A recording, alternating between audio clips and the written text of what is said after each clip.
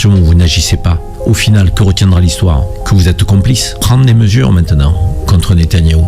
Il faut prendre des mesures contre cette éradication et contre cette déportation du peuple palestinien. Il faut prendre des mesures fortes qui consistent à mettre en place un embargo économique. Il faut asphyxier Israël parce que Israël ne peut pas continuer à éradiquer ce peuple palestinien, ne peut pas bafouer encore et toujours le droit international, ne peut pas tout se permettre. C'est pas possible, ça suffit. Ça n'a que trop duré.